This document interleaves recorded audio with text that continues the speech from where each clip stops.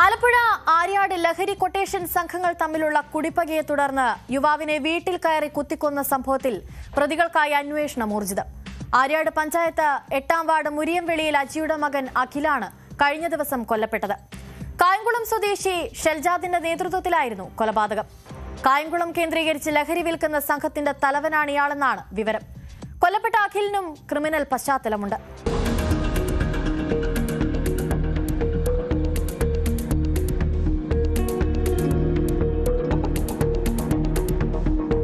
വെള്ളിയാഴ്ച വൈകിട്ട് 5 മണിയോടെയായിരുന്നു നാടിനെ നടുക്കിയ കൊലപാതകം. ആലപ്പുഴയിൽ നിന്ന് ഓട്ടോറിക്ഷയിൽ വന്ന 3 പേരാണ് 24 വയസ്സുള്ള അച്ചു എന്ന അഖിലിനെ കുത്തിക്കൊന്നത്. വീട്ടിൽ ആരുമില്ലാത്ത സമയം നോക്കിയെത്തിയ 3 പേരിൽ 2 പേർ അഖിലിന്റെ വീടിന് മുന്നിൽ ഓട്ടോ ഇറങ്ങി. ഒരാൾ വാഹനത്തിൽ കാത്തിരുന്നു. ഈ സമയം വീടിനോട് ചേർന്ന ഷെഡിലാണ് അഖിലുണ്ടായിരുന്നത്. വീടിന്റെ ഗേറ്റ് ചാടിക്കടന്ന് ഷെഡിൽ കയറിയ 2 പേർ അഖിലിനെ 3 തവണ കുത്തുകയായിരുന്നു. പിന്നാലെ പ്രതികൾ ഓട്ടോറിക്ഷയിൽ രക്ഷപ്പെട്ടു. ഓടിക്കൂടിയ നാട്ടുകാർ അഖിലിനെ ആലപ്പുഴയിലെ സ്വകാര്യ ആശുപത്രിയിൽ എത്തിച്ചെങ്കിലും മരിച്ചിരുന്നു.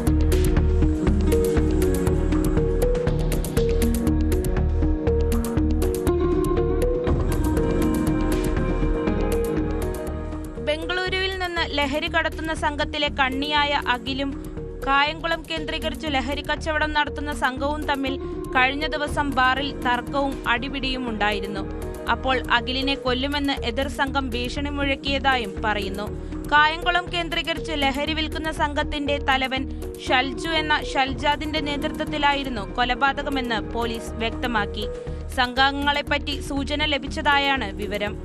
ഇതിൽ ഒരാൾ അഖിലിന്റെ സുഹൃത്താണെന്നും സൂചനയുണ്ട്.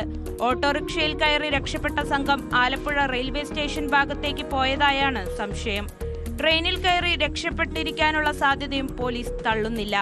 പ്രതികൾ ഉടൻ വലയിലാകുമെന്ന് പോലീസ് പറഞ്ഞു.